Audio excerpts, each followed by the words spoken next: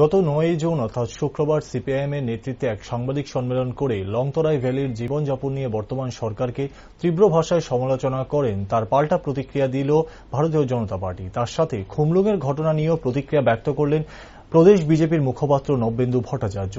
সাংবাদিকদের মুখোমুখি হয়ে তিনি বলেন, গত ৯ জুন খুমলুঙে বিজেপির জনসভায় যারা অংশগ্রহণ করেছিল তাদের উপর বেধড়কভাবে আক্রমণ চালায় মথার কর্মীরা। তার পাশাপাশি তিনি ওইদিন মথা দলকে তীব্র ভাষায় শহীদ আক্রমণ চালায়, যেখানে তিনি বলেন খুমলুঙে গোটা এডিসি ভিলেজের মথা কর্মীরা বিধানসভা নির্বাচনের আগে থেকে বিজেপি কর্মীদের উপর বেধড়কভাবে মারধর থেকে শুরু করে নির্মম অত্যাচার শুরু করেছিল। কিন্তু বিজেপি কর্মীদের এই অসহায়তায় দেখে কেউ যেন দুর্বল না ভাবে তাদের, কারণ বিজেপি দল কোন রকম অশান্তি ও মারধরের সংস্কৃতির রাজনীতিতে বিশ্বাস করে না। সেই সূত্রে সমস্ত বিজেপি কর্মীদের নির্দেশ দেওয়া রয়েছে তারা যেন কোন রকম পাল্টা আক্রমণ না চালায়। প্রয়োজন পড়লে দল সবসময় তাদের সাথে পাশে থাকবে, কেননা প্রত্যেকটা বিজেপির কর্মী তাদের কাছে দেবদুল্য কার্যকর্তা রূপে সর্বদা পরিলক্ষিত হয়েছে এবং আগামী দিনও তা হবে। অন্যদিকে লংতরাই ভ্যালির জীবনযাপন নিয়ে সিপিআইএমের নেতৃত্বে সমালোচনার জবাবও দেন তিনি, যেখানে তিনি বলেন, গত ২৫ বছরে সিপিআইএমের দল পাহাড়ের জনজাতিদের অবস্থা খুব করুণ দশা করে রেখেছিল, যা গোটা জনজাতি মানুষদের মনে রয়েছে এবং গোটা রাজ্যবাসীরও।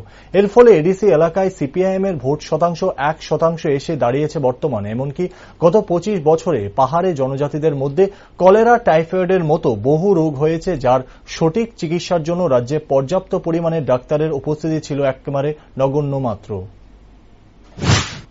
রাজ্যের কোথাও খাদ্যের কোন সংকট নেই।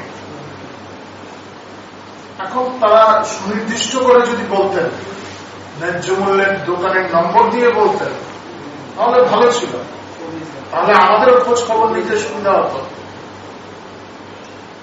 আপনারা যারা সাংবাদিকরা গেছেন, যারা এই সভায় এসেছিলেন, তাদের বাড়ির সামনে বোমা ফোটানো, হামলা, হুমকি, হুমকি দেওয়া, এই সমস্ত চলছে। বর্তমানে রাজ্যের প্রধান বিরোধী দল অর্থাৎ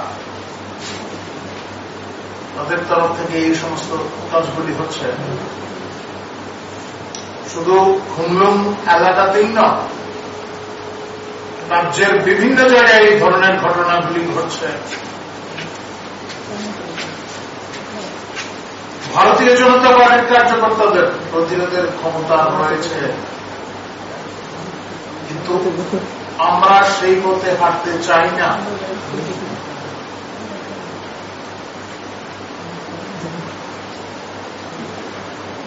আমরা আমাদের কার্যকর্তাদের বার্তা দিয়েছি যাতে তারা সংযম অবলম্বন করেন, সংযমী আচরণ করেন।